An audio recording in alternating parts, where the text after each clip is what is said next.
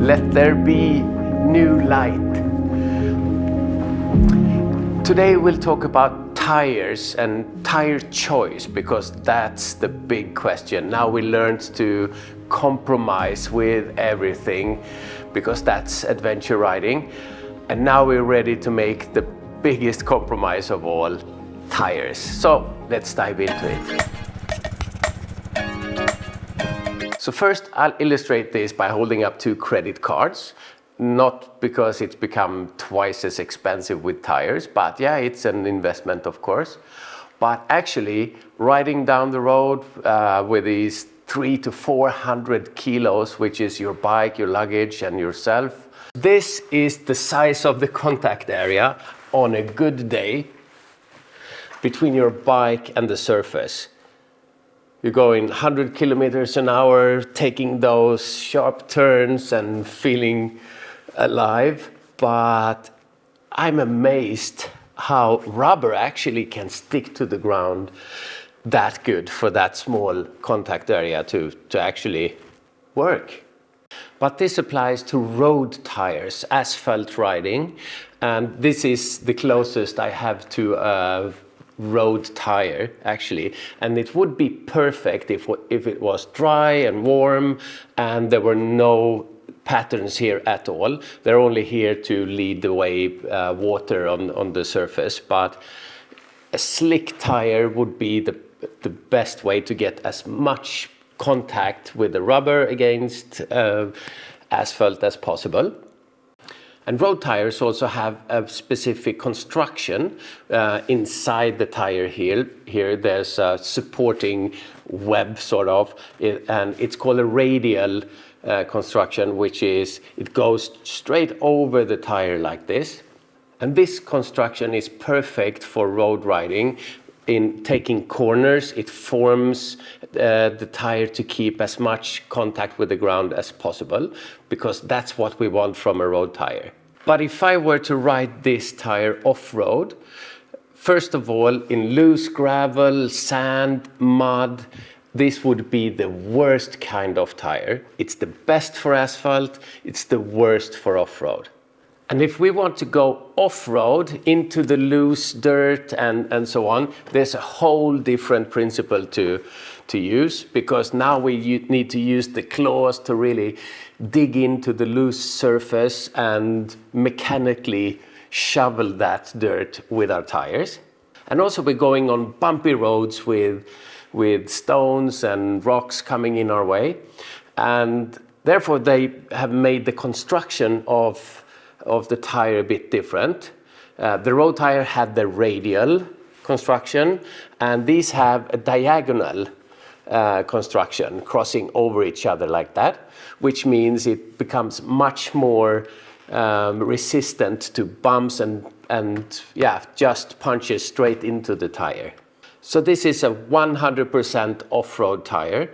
But taking this tire on the tarmac would be the worst tire ever to ride on tarmac. I showed you the credit card surface area. Now just imagine this. We have, yeah, pretty much the same footprint now as Barbie on high heels or something like that. And these knobs are soft, so if you put lateral forces on here, they will bend in the curve and so on. Really, really terrible. But all is good, because the road guys, they have the perfect slick radial tires going through the corners like glued on the road. And we have the dirt guys riding, shoveling dirt with their off-road tires, and everyone's happy.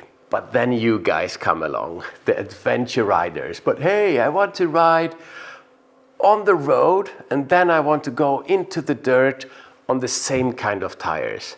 Okay, we can do that, but that's where the huge compromises come in, because we have so different tires for these 2 different extremes, and we have to find some middle ground here.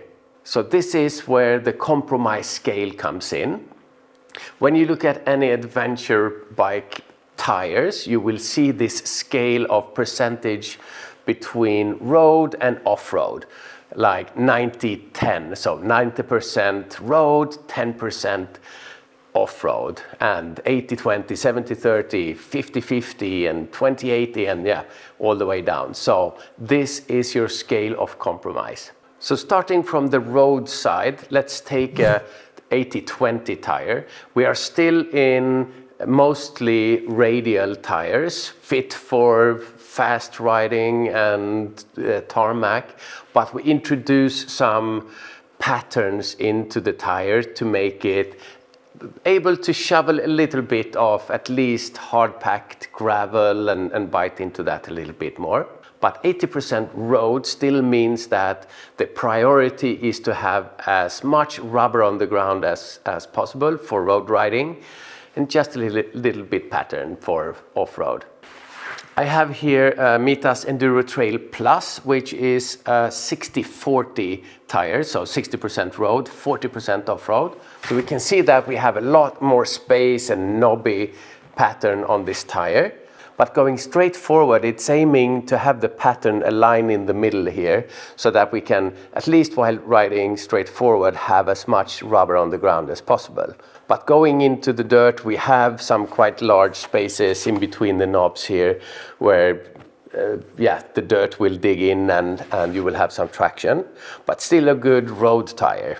This is a 20-80 tire, so 20% on road, 80% off-road. And we can see the front tire is starting to get really knobby, but there are a lot of knobs, so we still have more contact to the tarmac if we're going there than the pure Enduro tire.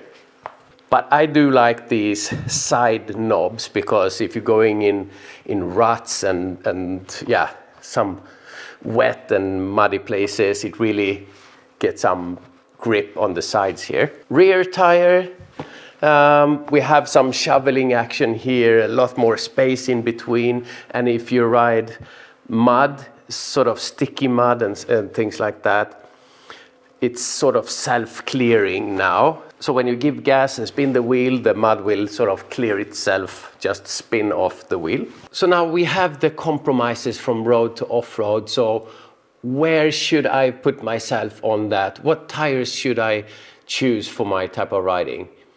On my T7, I ride 70% on the road and 30% on loose surfaces, gravel, and perhaps just a few percent really technical and fun stuff.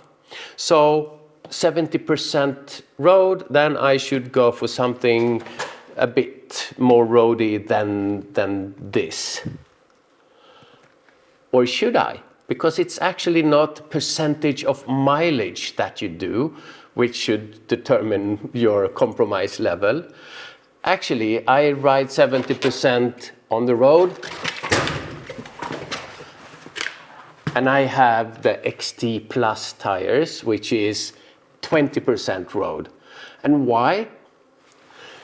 And that all depends on what I think is fun.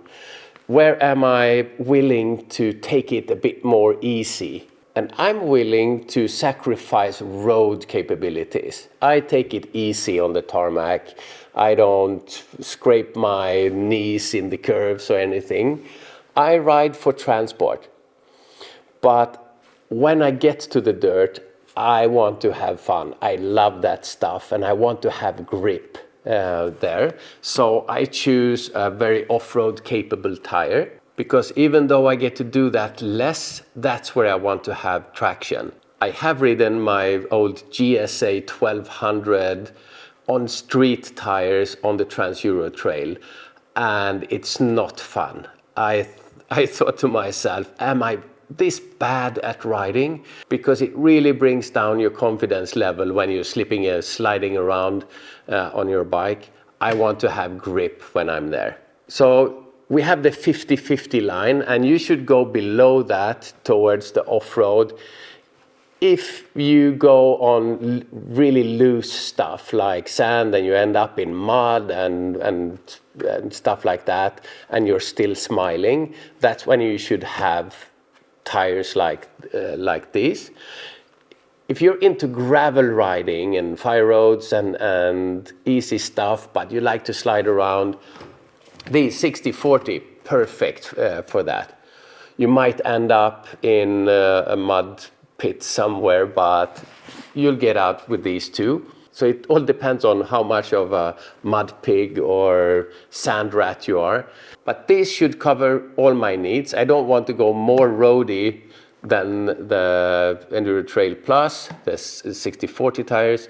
And I normally would never get into worse stuff than what these tires, the 2080, would get out of. So we found the tires, the compromise that we want to use, but we're still not happy, are we? We want longevity. We want the tires to last as long as possible, preferably several years. But that's another thing, because to make tires last long or short, there are a few things that you can do to affect that, of course. It depends on the weight of your bike, how you ride it, how many horsepowers, your air pressure. Lower pressure will wear your tires more and warm up the tires more, and so on. So you can, of course, make the tires last long or short. But there are a few things that the manufacturers can do. One thing, of course, is to have as much rubber on the ground as possible. So this tire will last longer than this Enduro tire because, yeah, we have less contact with the ground. So more pressure and wear will be put on these small knobs while it will be distributed over these large blocks. But there's a main thing also, and that's the hardness of the rubber. Soft rubber like this one will have more grip and last less because, yeah, soft rubber, it wears quicker. And then we have harder rubber, which of course wears less because it's harder. And the tires usually come in different hardness levels that you can buy. Most adventure tires from Mitas, they have a Dakar version. That's the name for the harder construction and harder rubber in the tires. So the car version of this tire will last approximately 20% longer. So good. We have traction and we just buy the Dakar version to get 20% more longevity on the tires. Well, no.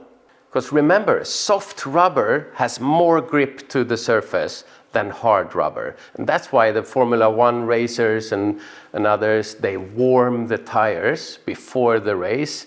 And they add friction so you get warm tires, because the warmer the tire, the grippier they get, the softer they get. So it's temperature sensitive. If you heat this tire up, it will become softer and it will grip more.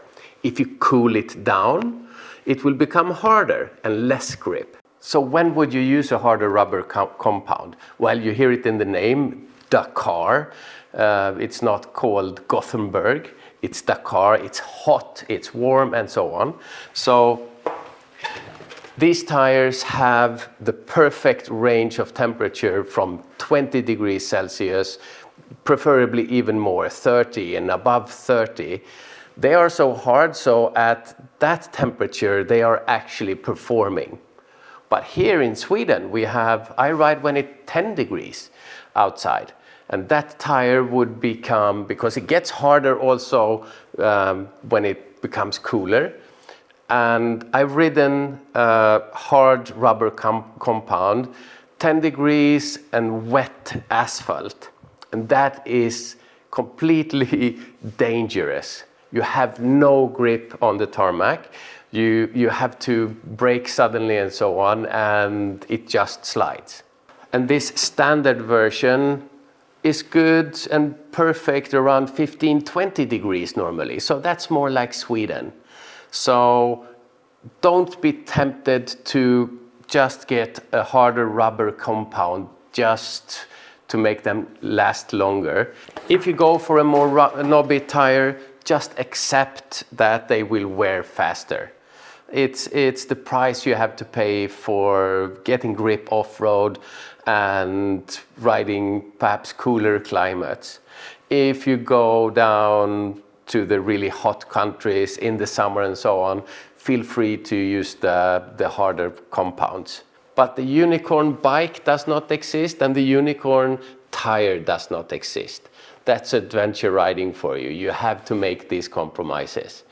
You have your clothes, they should keep you dry, keep you hot, keep you cool, protect you and everything. Compromises there, the bikes, and same with tires. Knobby tires, also remember, they are loud. Different bikes, the same tire can have different loudness on different bikes, I've noticed. But it's knobs and it makes sound. So expect that. Don't complain that they are loud or anything. Put ear plugs in, because just the way they're built, it will make sound when you ride. I think that sound is cool. It sounds like a Willys Jeep coming through town. Oh, and I can also tell you what the numbers mean on the tires. On a normal mid-size adventure bike, you usually have the 18-inch rear wheel and the 21 in the front. And you have the wide rims and so on. They all look the same on most bikes. So it says 150/70 and B18. So the 150 is millimeters, the width of the tire. And the 70 is the percentage of those 150, which is the height. So it's 70% of 150 as height. Interesting. Then we have the last number, 18, is the dimension of the wheel.